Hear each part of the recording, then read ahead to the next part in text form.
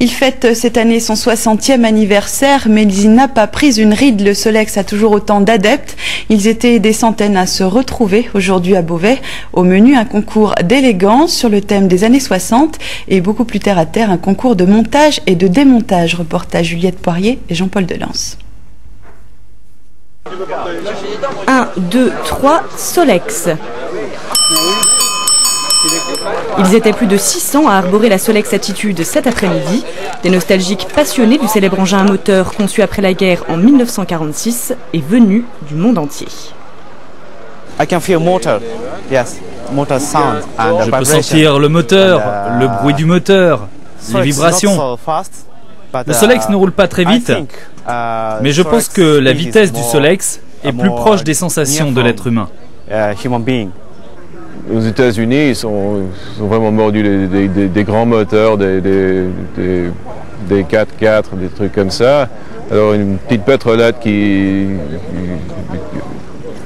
marche à 30 à l'heure, ça les intéresse pas. Pour certains comme moi, c'est un hobby, quoi. D'autres, comme Gilles, sont venus du sud de la France en Solex pour être au rendez-vous. 60 bougies, ça se fête.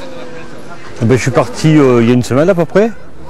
J'ai dû faire 1200 km, donc Rabastens, départ de Rabastens dans le Tarn. Et votre Solex mécaniquement, ouais. Impeccable. Ce matin, il a fallu que j'achète un pneu quand même. Ça s'use. Hein.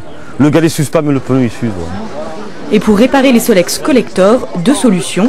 Acheter les pièces rares sur Internet ou profiter des stands, la plupart approvisionnés en matériel fabriqué en Asie à moindre coût. Mécanique pour les uns, esthétique pour les autres, chacun y trouve son bonheur. C'est un art de vivre, c'est sympa, c'est cool. Et regardez, les gens sont super sympas, hein, ceux qui font le Solex. Qu'ils soient américains, japonais, français, hongrois, portugais, tout ça, ils ont le même esprit, hein, c'est la sympathie.